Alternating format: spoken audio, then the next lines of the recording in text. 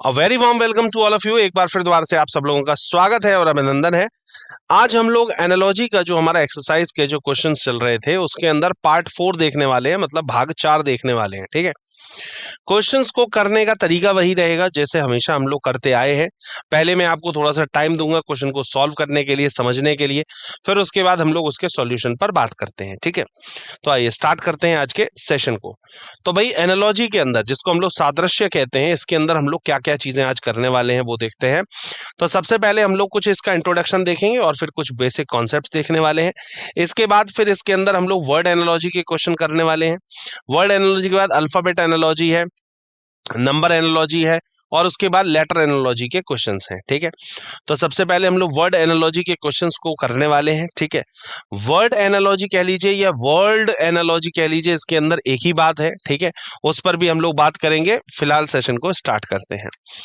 Disclaimer, अस्वीकरण। हमारे slide deck में उपयोग की गई छवियां केवल शैक्षिक उद्देश्यों के लिए है। हम इन छवियों के मूल रचनाकारों और मालिकों की बौद्धिक संपदा और अधिकारों का सम्मान करते हैं। यदि आप इस डेक में उपयोग की गई किसी भी छवि के मालिक हैं और कोई चिंता या समस्या है तो कृपया करके हमें sathi@iitk.ac.in पर हमसे संपर्क करें। हम छवियां हटा देंगे। Thank you.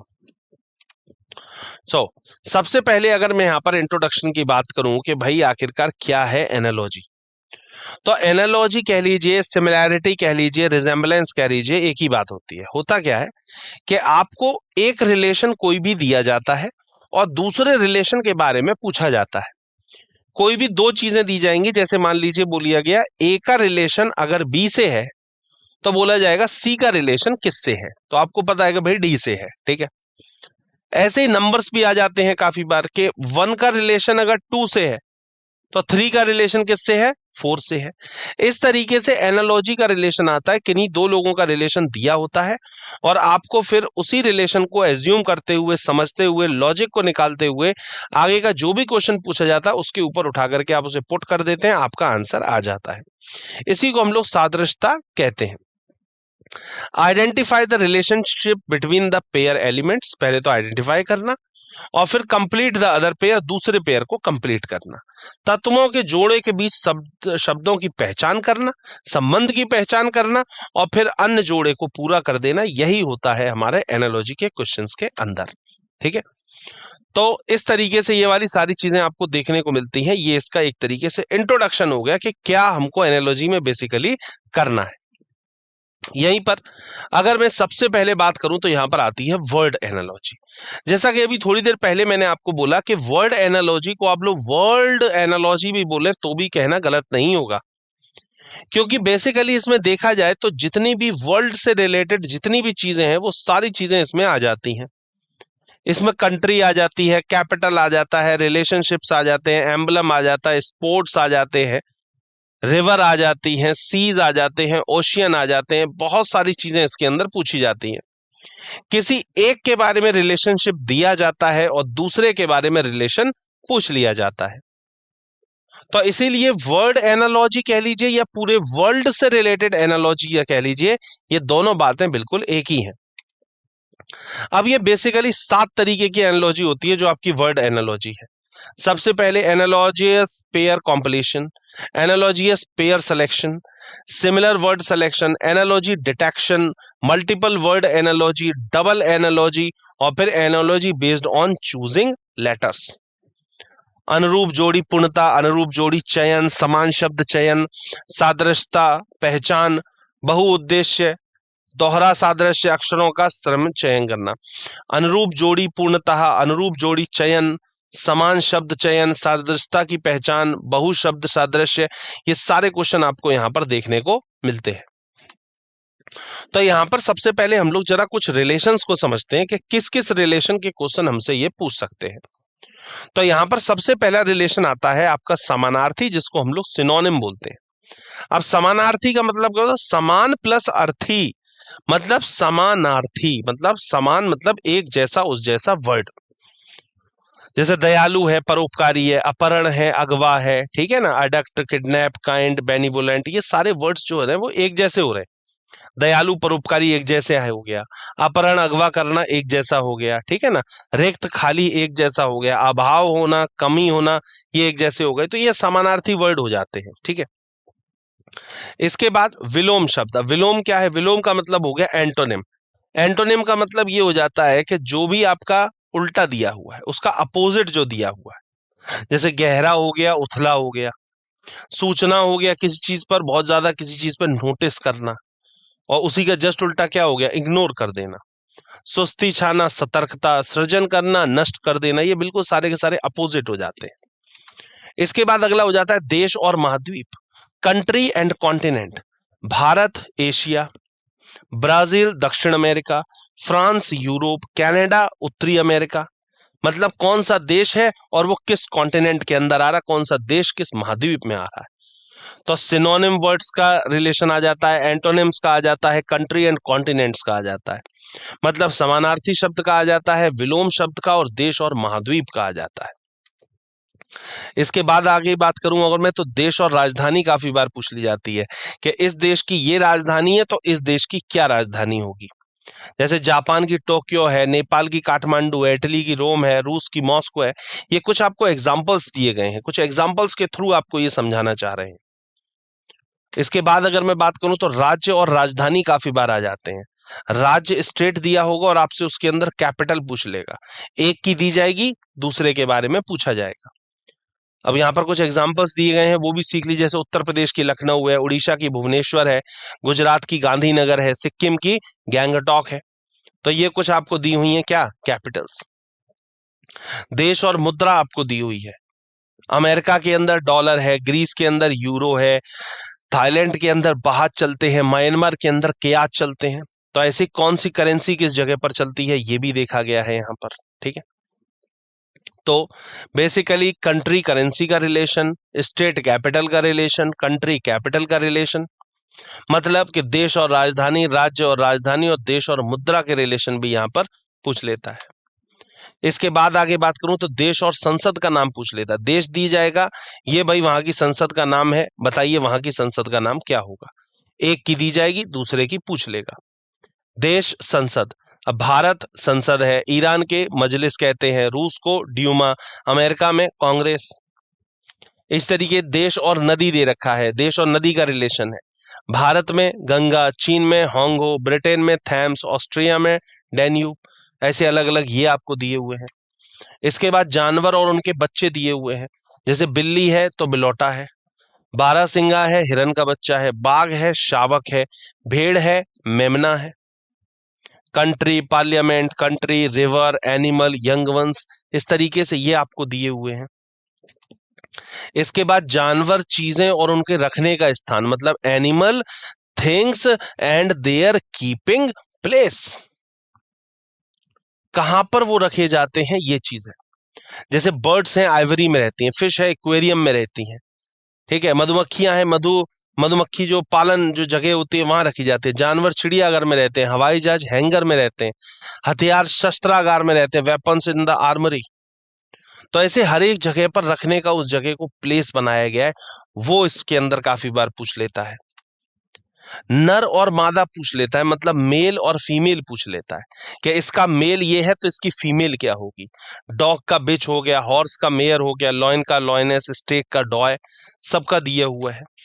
कर्मी और उपकरण आ जाता है, वर्कर और टूल का रिलेशन आ जाता है कि भाई ये वर्कर है, इसका टूल ये है, या ये वर्कर किस टूल का यूज करते हुए काम करेगा। योद्धा है, तलवार का यूज करेगा, राजमिस्त्री प्लम्ब लाइन का, मजदूर का फावड़ा, बेड़ई, आरा, ठीक है। कारपेंटर है, सौ का इस्तेमाल, लेबरर स्पैड का, ठीक है। मैसन प्लम्ब लाइन, वॉरियर स्वॉर्ड, सभी का दिया हुआ है। इसके बाद इसमें दिया होता प्रोडक्ट एंड रॉ मटेरियल, कौन सा प्रोडक्ट है और क्या कच्चा माल है, उत्पाद और कच्चा माल। जैसे कागज किससे बना, भाई पल्प से बना। तो जो भी प्रोडक्ट बन के तैयार हुआ उससे पहले का उसका रॉ मटेरियल क्या था, ये काफी बार पूछ लेता है। फर्नीचर किससे बना, वुड से बना। फैब्रिक किससे बना, यान से बना। कपड़ा भाई सूत से बना ना। लिनन किससे बना, फ्लैक्स से बना, सन से बना।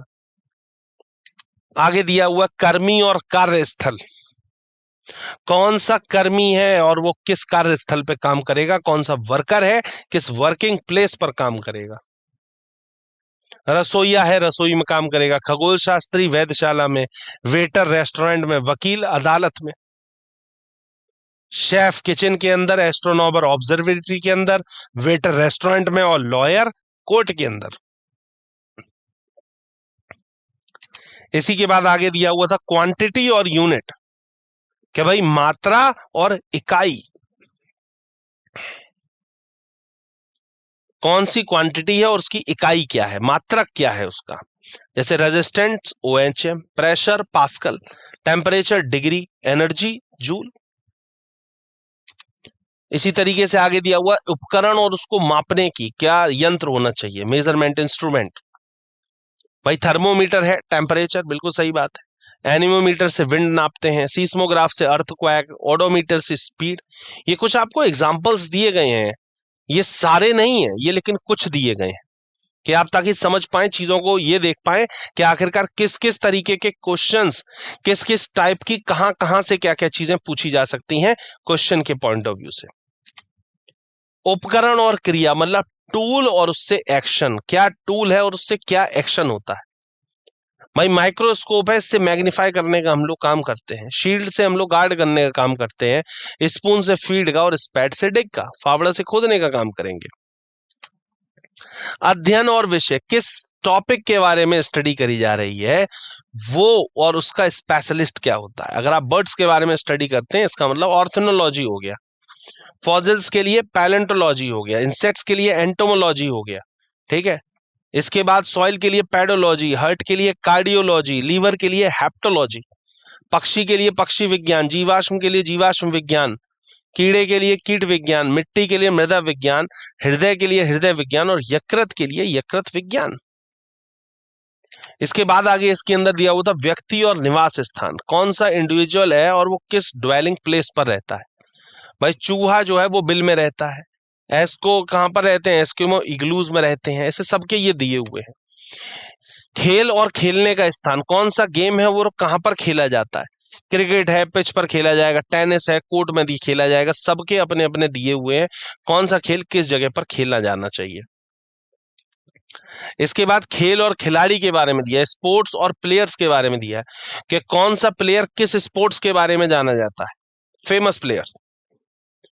जैसे टेनिस के लिए आप जानते हैं सानिया मिर्जा, बैडमिंटन के लिए साइना नेहवाल हो गया, हॉकी लिए के लिए संदीप सिंह हो गया, और क्रिकेट के लिए मिताली राज हो गया। इस तरीके से ये आपको सारे के सारे प्लेयर्स के बारे में भी पूछा जाता है। खेल और खेल की शर्तें, जो टर्मिनोलॉजी आती हैं, स्पोर्ट्स के टर्म्स जो आते हैं वो पूछ लेता है। भाई स्मैश जो शब्द है वो अब जाहिर सी बात है क्रिकेट में तो यूज नहीं करेंगे, बैडमिंटन और टेनिस में यूज किया जाता है स्मैश शॉट मारना। होम रन बेसबॉल के लिए, diamond baseball, free throw basketball, penalty corner hockey के लिए होता है। तो ऐसे ये सभी के लिए आपको दिया हुआ है। अगला दिया हुआ है sports and cup and trophies, कौन सा स्पोर्ट्स है और उसके लिए कौन सी कप या फिर ट्रॉफी होती है। जैसे गोल्फ के लिए राइडर कप होता है, फुटबॉल के लिए डुरंट कप होता है, बैडमिंटन के लिए ऊबर कप, क्रिकेट के लिए दिलीप ट्रॉफी होती है। जानवर और उनकी आवाजें, कौन सा जानवर है और उसकी क्या आवाज आती है। शेर दहाड़ता है, घोड़ी हिन्नाती है, कुत्ता भौंकता है, मेंढक टटराना, सबकी अपनी अपनी आउल हूट करता है, सबके अपने अपने आवाजें दी हुई हैं। इसके बाद देश और राष्ट्रीय खेल दिया हुआ है, कौन सी कंट्री और उसका नेशनल गेम क्या है। ब्रिटेन का नेशनल गेम क्रिकेट है, भारत का हॉकी है, यूएसए का बेसबॉल है, जापान का जूडो है, चीन का टेबल टेनिस है, ब्राजील का फुटबॉल है। देश और उसके राष्ट्रीय प्रतीक क्या क्या है, कौन सा एम्बलम जिसे हम लोग नेशनल एम्बलम बोलते हैं, जैसे इंडिया का क्या है सिंह स्तंभ जिसे हम कहते हैं, लॉयन कैपिटल। यूके का गुलाब हो गया, कनाडा का सफेद लिली हो गया, स्पेन का चील हो गया।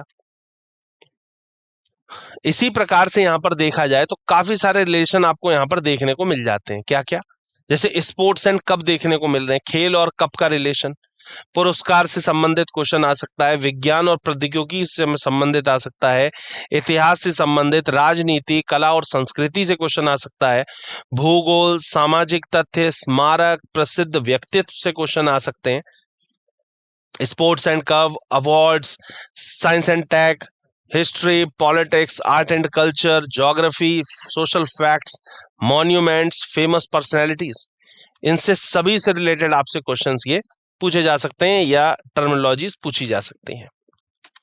आगे बढ़ते हैं तो अगली आती है अल्फाबेट। अब अल्फाबेट एनालॉजी में क्या होगा? अल्फाबेट एनालॉजी के अंदर सिंपल अल्फाबेट से रिलेटेड, अगर ए के आगे बी लिखा है तो आपको पता है सी अगर दिया गया और सी के आगे ब्लैंक है मतलब डी आना है।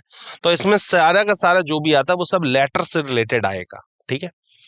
इसके बाद यहीं पर नंबर एनालॉजी में क्या होगा? नंबर एनालॉजी के अंदर नंबर से रिलेटेड आएगा, सीधी सी बात है, ठीक है। तो नंबर से रिलेटेड कुछ चीजें दी जाएंगी कि कौन कौन सा नंबर, ये नंबर दिया गया जैसे 2 दिया गया, अब उसमें कुछ भी हो सकता है 2 में 2 का मल्टीप्लाई करके लिख दिया गया और 3 में फिर से 2 का मल्टीप्लाई करके आगे क्वेश्चन पूछ लिया जाए।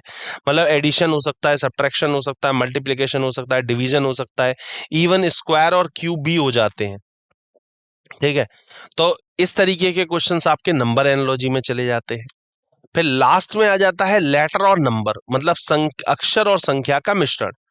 भाई लेटर को पहले अलग पढ़ा गया, लेटर या अल्फाबेट एक ही बात है, और नंबर को अलग पढ़ाया गया, और फिर उसके बाद में दोनों का कॉम्बिनेशन यहां पर आ जाता है। जैसे लिख देगा A1, फिर लिख दिया B2, फिर लिख दिया C3, तो अगला क्वेश्चन मार्क दे दिया कि बताइए यहां पर क्या आएगा, तो जाहिर सी बात है D4 आएगा। तो इसमें लेटर भी आ रहा है और साथ के साथ नंबर भी आ रहा है। कुछ इस तरीके से फॉर्मेशन रहती है इसके क्वेश्चंस की, ठीक है। चलिए अब चलते हैं हम लोग क्वेश्चंस की तरफ, ठीक है। तो क्वेश्चन नंबर पहला आप सभी की स्क्रीन के ऊपर आया, बहुत ध्यान से क्वेश्चन को पढ़िएगा और तब करिएगा। क्या बोला गया, आइए पढ़े। कि विक्रेता खरीदार से उसी प्रकार संबंधित है जैसे सलाहकार संबंधित है, फर्म से, ग्राहक से, सलाह से या परामर्श से। Vendor is related to buyer in the same way as consultant is related to firm, client, advise और कंसल्ट। भाई विक्रेता और खरीदार समझ रहे हैं, वेंडर स्ट्रीट वेंडर है, कोई भी वेंडर है, और बायर, बायर कौन हो गए? हम लोग, हमने कुछ भी चीज खरीदी। ऐसे ही सलाहकार, अब वो किसको देता है सलाह, ये आपको देखना है, ठीक है। चलिए एक बार देखिए फिर आंसर पर बात करते हैं जी।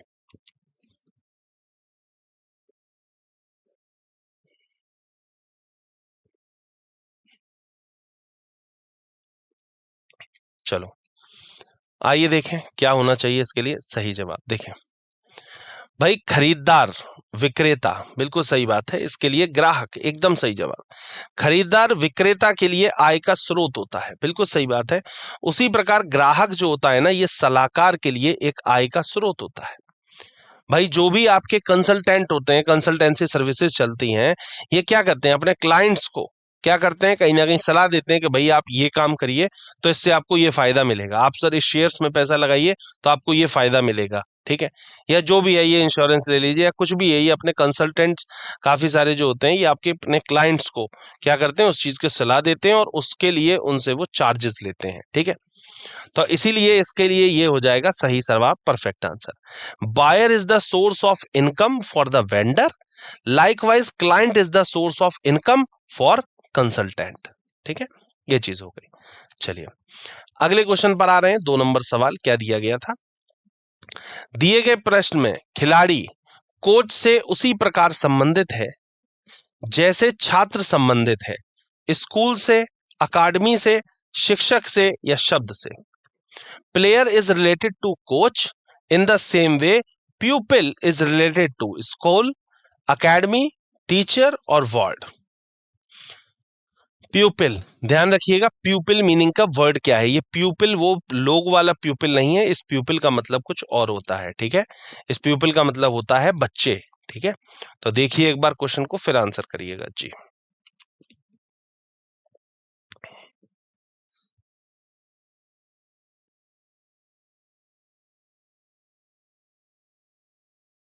चलिए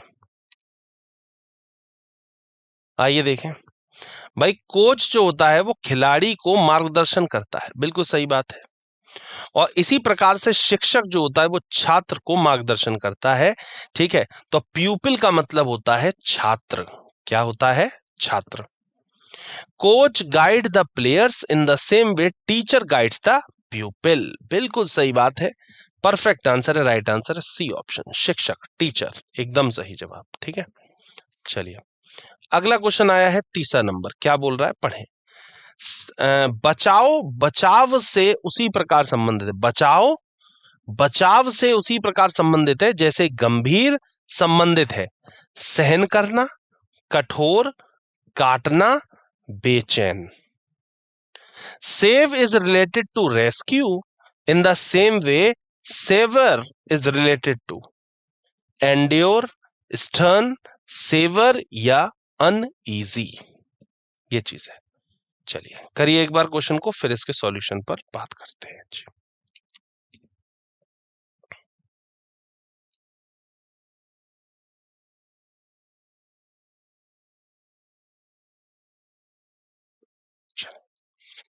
देखें क्या होना चाहिए इसके लिए सही जवाब। देखें भाई, बचाओ और बचाव का अर्थ जो है वो समान है, एक जैसे हैं, सिनोनिम्स हैं एक दूसरे के।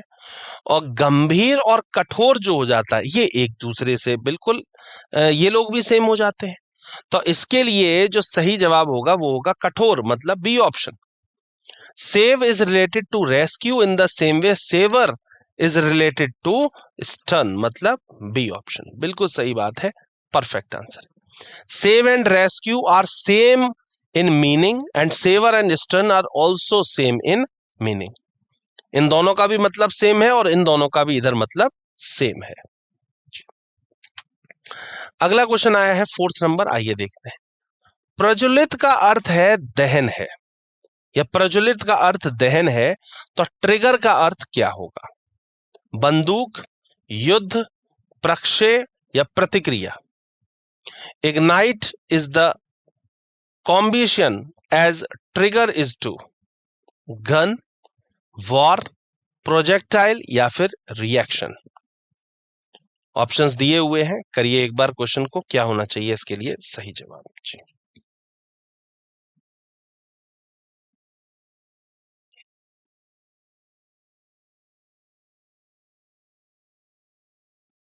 चलिए आइए देखें क्या होना चाहिए इसके लिए सही जवाब। भाई प्रज्वलित जो होता है दहन की ओर ले जाता है, बिल्कुल सही बात है। कोई चीज प्रज्वलित हो रही है, आग आपने प्रज्वलित करी और उसके बाद लास्ट में जाकर के ज्यादा आग पकड़ गई तो वो दहन कर देती है। ऐसे ही ट्रिगर जो होता है ये हिंसक प्रतिक्रिया की ओर लेकर के आपको जाता है। तो हिंसक प्रतिक्रिया होती है, बिल्कुल सही बात है। ट्रिगर करना, किसी चीज को ट्रिगर कर देना, जैसे गोली होती है उसको हम ट्रिगर करते हैं, ठीक है ना। Ignite leads to combustion and trigger leads to violent reaction. Violent reaction मतलब हिंसक प्रदर्शन या प्रतिक्रिया, ये आप कह सकते हैं, ठीक है। तो इसके लिए डी ऑप्शन बिल्कुल सही है, परफेक्ट आंसर है प्रतिक्रिया, परफेक्ट। चलिए अगला क्वेश्चन। रोग दवा से उसी प्रकार संबंधित है जैसे अकाल संबंधित है। सूखा, नदी, जलप्रपात या वर्षा। Disease is related to medicine in the same way as famine is related to drought, river, waterfall या फिर rainfall। चलिए करिए एक बार क्वेश्चन को, फिर इसके सॉल्यूशन पर बात करते हैं जी।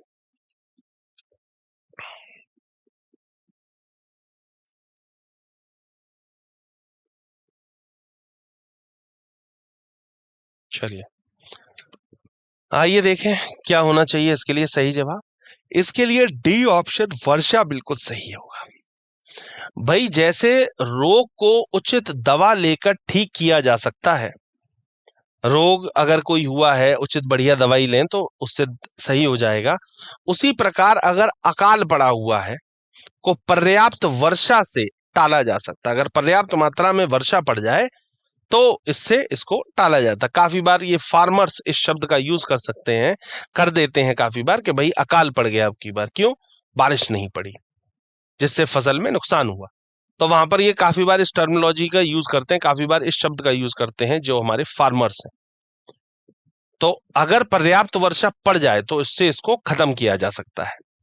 यही चीज यहां पर भी समझाई गई है। As disease can be cured by taking proper medicine, similarly famine can be avoided by the adequate rainfall। Rainfall को, अच्छे रेनफॉल अगर हो जाए तो उससे ये भी बचाया जा सकता है।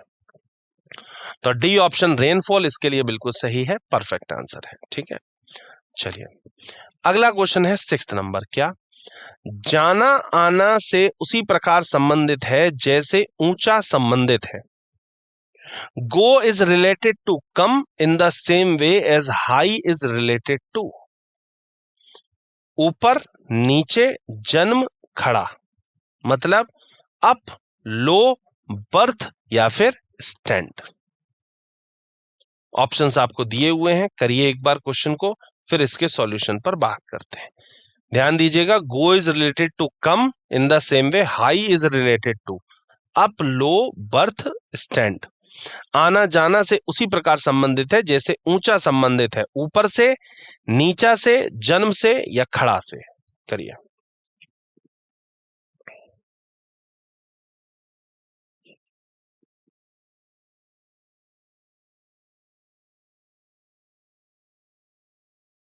चलिए आइए देखें क्या होना चाहिए इसके लिए सही जवाब। देखिए, जैसे आना और जाना एक दूसरे के विपरीत है, उसी तरीके से ऊंचा और नीचा जो है वो एक दूसरे के विपरीत है। ठीक है, तो इसके लिए बी ऑप्शन होना चाहिए बिल्कुल सही जवाब।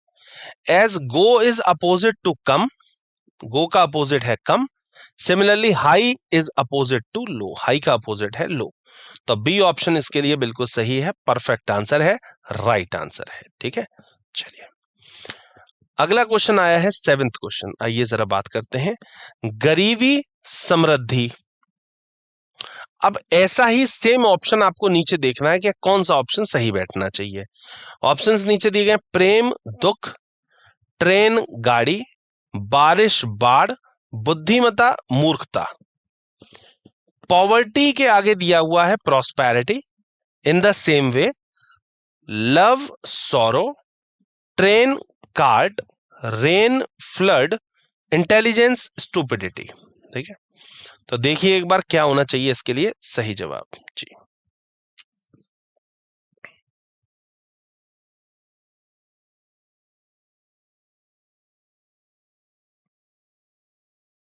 चले देखें भाई, भाई गरीबी और समृद्धि एक दूसरे के विलोम शब्द हैं। विलोम शब्द का मतलब ये एक दूसरे के अपोजिट है। इसी प्रकार बुद्धिमता जो है वो मूर्खता का क्या है, अपोजिट है। बुद्धिमता मूर्खता ये एक दूसरे, बुद्धिमता जो बुद्धि रखता है, मूर्खता जो मूर्ख है। तो गरीबी और समृद्धि एक दूसरे के अपोजिट है। इसी प्रकार से अगले भी हमको जो भी आंसर चुनना था उसमें भी अपोजिट ही आना चाहिए था, मतलब विलोम ही आना चाहिए था। तो बुद्धिमता और मूर्खता भी एक दूसरे के अपोजिट है। तो पॉवर्टी और प्रॉस्पेरिटी है, तो यहां पर इंटेलिजेंस और स्टूपिडिटी है। ठीक है, तो डी ऑप्शन इसके लिए बिल्कुल सही है। Poverty and prosperity are antonym to each other, similarly intelligence and stupidity are antonym to each other. ठीक है, गरीबी और समृद्धि एक दूसरे के विलोम है, इसी प्रकार बुद्धिमता और मूर्खता एक दूसरे के विलोम है। ठीक है, चलिए अगला क्वेश्चन, गाय दूध। अब इसकी तरीके से देखना है कौन सा सही जवाब होना चाहिए। पक्षी उड़ना, मुर्गी अंडा, चील झपट्टा, बकरी मिमियाना। काऊ के आगे उधर मिल्क लिखा हुआ है, तो नीचे 4 ऑप्शंस में से क्या आना चाहिए। बर्ड फ्लाई, हैन एग, ईगल क्लच, गॉट ब्लीट। ठीक है, चलिए देखिए एक बार क्वेश्चन को, फिर सॉल्यूशन पर बात करते हैं जी।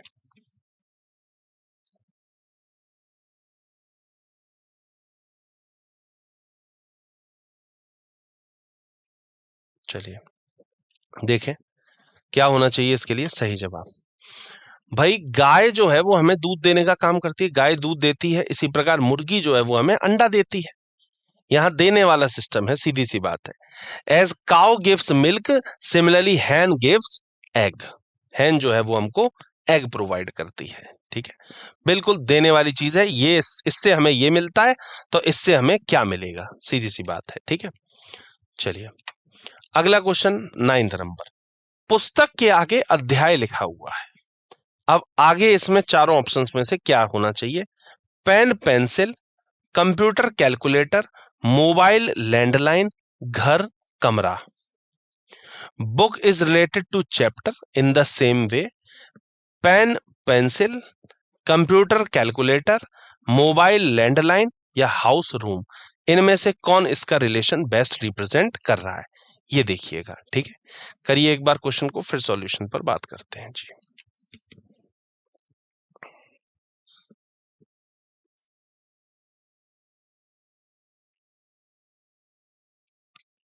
चलिए आइए देखें क्या होना चाहिए इसके लिए सही जवाब। देखें भाई, पुस्तक से हम लोग अध्याय देखते हैं। ठीक है, तो पुस्तक में अध्याय देख रहे हैं, जैसा अध्याय पुस्तक का एक हिस्सा है, उसी प्रकार कमरा जो है वो घर का एक हिस्सा है। बिल्कुल सही बात है। Chapter is a part of book, similarly room is a part of house. बिल्कुल परफेक्ट आंसर है डी ऑप्शन, एकदम सही जवाब, परफेक्ट आंसर। अगला क्वेश्चन 10th नंबर, कुर्सी लकड़ी, अब ऐसा ही कौन सा और रिलेशन होना चाहिए, पुस्तक छपाई, दर्पण कांच, प्लेट भोजन, पर्स पैसा। चेयर का रिलेशन अगर वुड से है तो इनमें से कौन सा रिलेशन इसके लिए रिप्रेजेंट करेगा, book print, mirror glass, plate food, purse money. ठीक है, देखिए एक बार क्या होना चाहिए सही जवाब जी।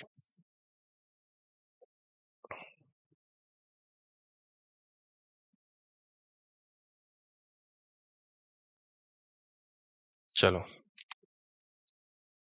देखें भाई, कुर्सी लकड़ी, कुर्सी लकड़ी से बनी होती है, वैसे ही दर्पण जो होता है वो कांच से बना होता है। बिल्कुल सही बात है। चेयर वुड से बनती है, इसी प्रकार से similarly mirror is made up of glass. बिल्कुल सही है, परफेक्ट आंसर है बी ऑप्शन, एकदम सही जवाब। As chair is made up of wood, similarly mirror is made up of glass. जैसे कुर्सी लकड़ी से बनी होती है, वैसे ही दर्पण जो होता है वो कांच से बना होता है, एकदम सही। चलिए अगला क्वेश्चन है आगरा ताजमहल। ठीक है, अब नेक्स्ट 4 ऑप्शन दिए गए हैं, दिल्ली हवा महल, पटना लाल किला, गया गोलघर, अमृतसर स्वर्ण मंदिर। इधर आ जाएं तो आगरा के लिए ताजमहल, अब दिल्ली हवा महल, पटना रेड फोर्ट, गया गोलघर और अमृतसर के आगे लिखा हुआ है गोल्डन टेम्पल। ठीक है, करिए एक बार इस क्वेश्चन को, फिर इसके सॉल्यूशन पर बात करते हैं जी।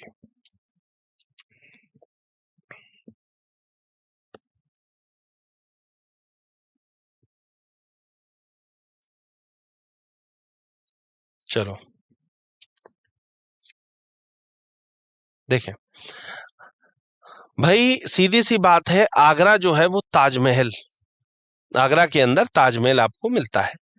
इसी प्रकार स्वर्ण मंदिर कहाँ मिलता है आपको, अमृतसर में मिलता है। बिल्कुल सही बात है, डी ऑप्शन एकदम सही। आगरा ताजमहल और अमृतसर के लिए golden temple. Taj Mahal is located in Agra, in the same way golden temple is located in Amritsar. Taj Mahal Agra में स्थित है, उसी प्रकार स्वर्ण मंदिर जो है वो अमृतसर में स्थित है। बिल्कुल सही बात है, परफेक्ट आंसर है, राइट आंसर है। चलिए अगला क्वेश्चन, पशु प्राणी विज्ञान, एनिमल जूलॉजी। पशु के लिए आगे लिखा हुआ है प्राणी विज्ञान, अब ऐसा ही सेम देखना है। शरीर शरीर विज्ञान, रोग जीवाणु विज्ञान, कविताएं संकलन, मनुष्य परोपकार। Animal is related to zoology, अब इसी तरीके से सेम क्या होना चाहिए, body psychology physiology, disease bacteriology, poems anthology और मैन के लिए फैलेंथ्रोफी। ठीक है, चलिए करिए एक बार क्वेश्चन को, फिर सॉल्यूशन पर बात करते हैं जी।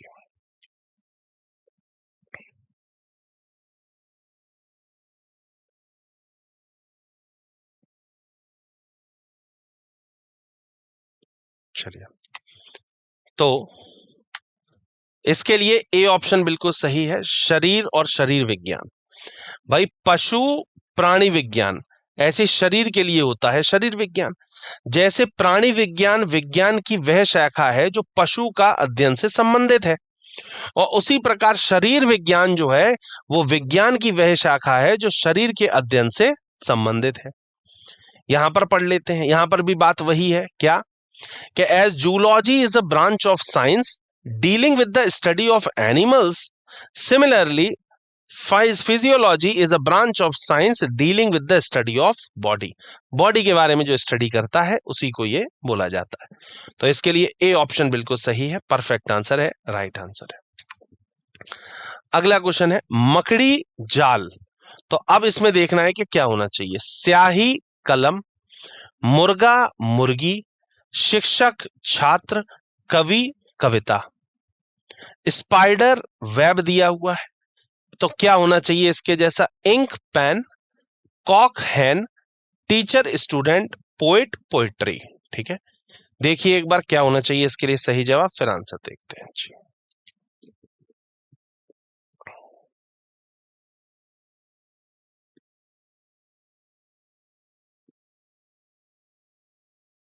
चलिए आइए देखें क्या होना चाहिए इसके लिए सही जवाब। भाई इसके लिए डी ऑप्शन कवि कविता बिल्कुल सही है। मकड़ी जो होती है वो जाला बनाने के काम करती है, जाल बनाती है। इसी तरीके से कवि है वो कविता बनाता है। जैसे मकड़ी जाल बनाने का काम करती है, वैसे कवि कविता बनाने का काम करता है। स्पाइडर अगर वेब बना रही है, तो इसी तरीके से पोइट जो है वो पोएट्री बना रहा है।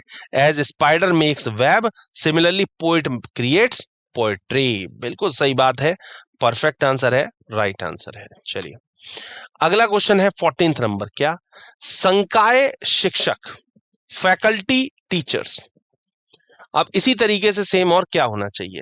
चींटियां झुंड, आकाशगंगा अपार्टमेंट, कॉलोनी भेड़िए, बेड़ा ट्रक। फैकल्टी का संबंध अगर टीचर से है, जैसे संकाय का संबंध शिक्षक से था, ऐसे इधर कैसे था। अब इधर देखा जाए तो फैकल्टी अगर टीचर संबंधित है, तो ants flock, galaxy apartments, colony walls और फ्लीट ट्रक्स, ऐसे है। चलिए करिए एक बार क्वेश्चन को, फिर सॉल्यूशन पर बात करते हैं जी।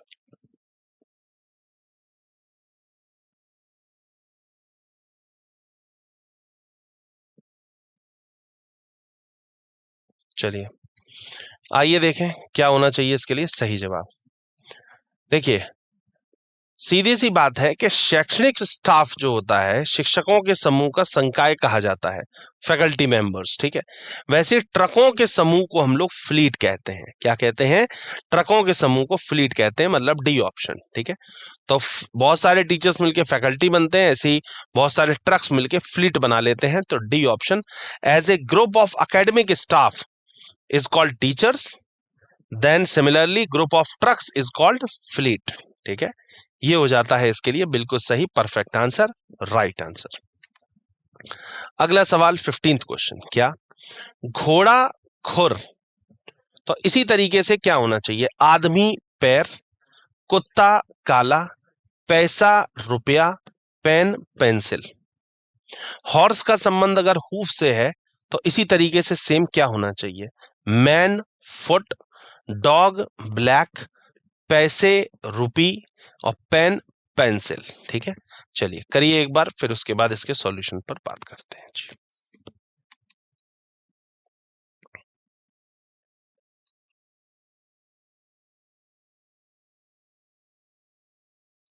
चलिए देखते हैं क्या होना चाहिए इसके लिए सही जवाब। देखो घोड़ा में क्या होता है, खुर होता है उसके नीचे। इसी तरीके से आदमी के नीचे क्या होता है, पैर होता है। खुर का संबंध घोड़े से है, उसी प्रकार पैर का संबंध आदमी से है। भाई हॉर्स के नीचे होता है हूफ, ऐसे ही मैन के नीचे होता है foot. Hoof is related to horse, in the same way foot is related to man. बिल्कुल सही जवाब, परफेक्ट आंसर, राइट आंसर। चलिए इस क्वेश्चन पर आते हैं। बोला गया था टैगोर के आगे गीतांजलि लिखा गया है, तो अब इसी से रिलेटेड क्या है वो देखना है। Madam Curie radium, Shakespeare skylark, Dickens Oliver Twist और नोबल के लिए डायनामाइट। टैगोर के आगे गीतांजलि लिखा है, तो madam Curie radium, Shakespeare skylark, Dickens Oliver Twist या नोबल डायनामाइट। ये है बुक का नेम, ये किसने किसको बनाया है। गीतांजलि टैगोर ने लिखी है या टैगोर ने गीतांजलि बनाई।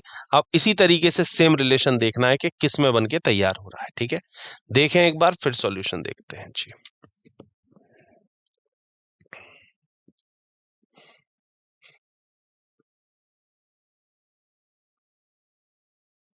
चलिए आइए देखते हैं क्या होना चाहिए इसके लिए सही जवाब। देखिए सी ऑप्शन इसके लिए बिल्कुल सही है, डिकेंस ओलिवर ट्विस्ट। ठीक है, गीतांजलि जो है ये टैगोर द्वारा लिखी गई है और ओलिवर ट्विस्ट जो है ये डिकेंस द्वारा लिखी गई है।